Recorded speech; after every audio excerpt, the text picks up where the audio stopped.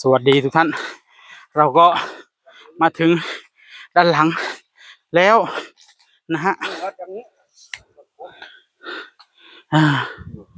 เธอตัว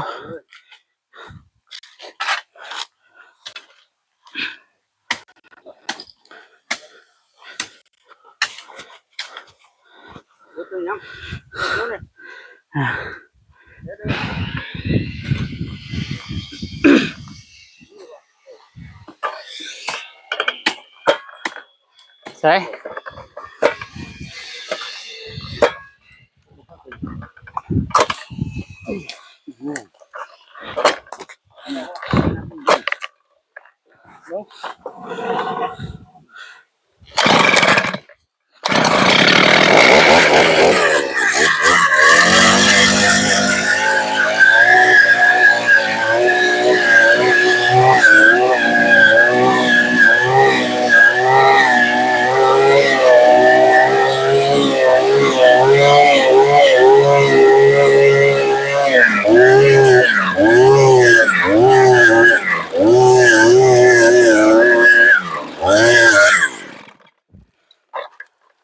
ตัวได้ปะนี่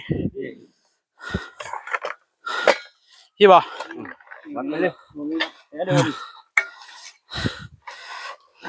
เอานี่ไหมเอานี่พ่อเอาที่เอาตัวนี้คือบุคึงเชือกมันสีตรงกันบ่พวกรักนี่บ่นี่เอาเชือกมาคึงเลยบ่ยันมันบ่ตรงนะเอาเชือกไปยังตัวนี้นะเพราะตัวนี้นะเขาบ่เห็นหลุมเก้ามาแล้วเด้เอาคึงเชือกก่อนเอาเชือกมาคึงเบิ่งแนวมันก่อนจับตัวคนเนาะตัวคนเนาะเด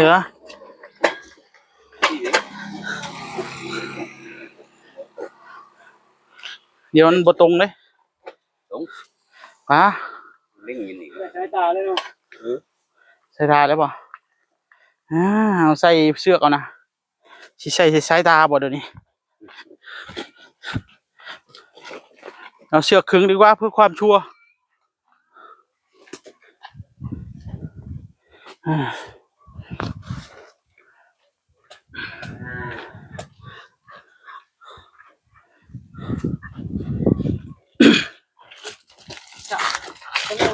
รู้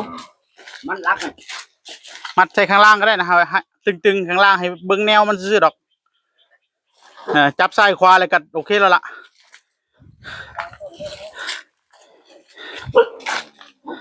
งั้นไอ้หมาตะลุงมันอยู่ในฝักเนี่ย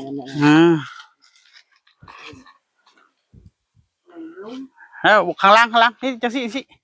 มันจะได้เห็นใกล้ๆนะนี่สิเกี่ยวเลยว้าเอาสิเบิ้งจังสิซื่อเอาใส่ข้างๆนี่เบิ้งดูแต่นู้ใส่ข้างนี่นะเอาบัดนี้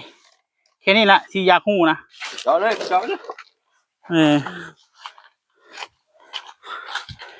มุมได้บัดนี้มากเอาไว้ให้มันตรงขอบคุณไปนานในตัวนี้บ่ตรงอยู่บ่ไหนตรงอยู่เนาะโอเคอยู่เนาะนี่เนาะนี่เนาะ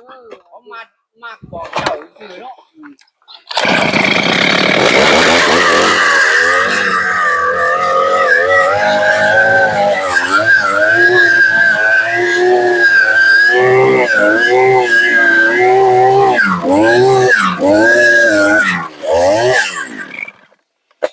เอาดึงบัดนี้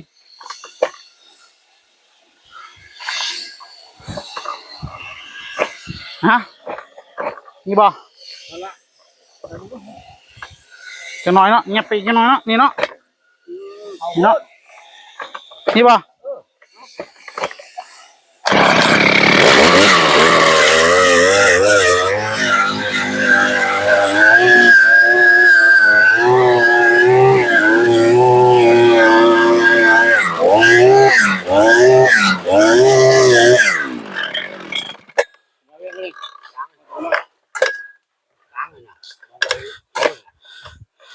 คือตึงเสือกมึงดูมันอยู่ไหนนี่บ่แล้วฮอดเช้านั้นมันพอดีกันอยู่บ่ดีนะพอดีดีเลยเนาะโอเคสิเอาเลย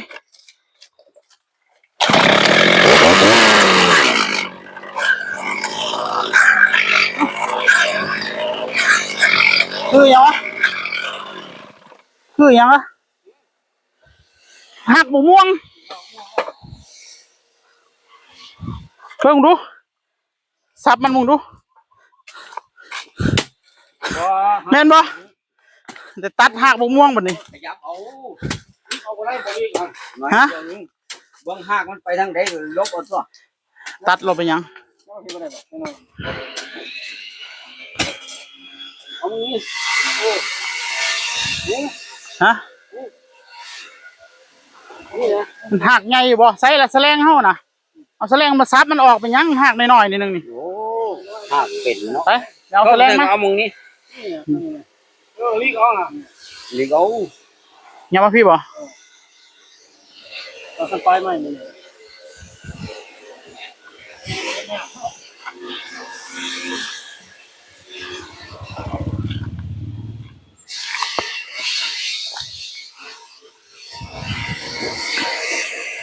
ถึกหักบกม่วงพี่น้องเอ้ยโดนรากมะม่วงแล้วสิเฮ็ดจังได้พี่บ่ ยังคนละอันละ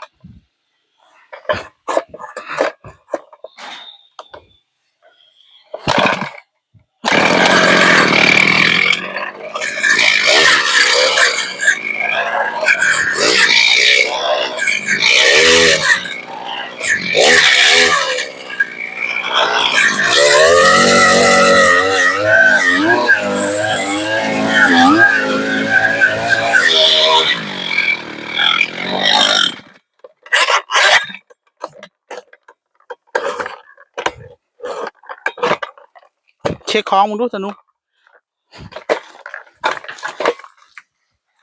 แสลงเสลิง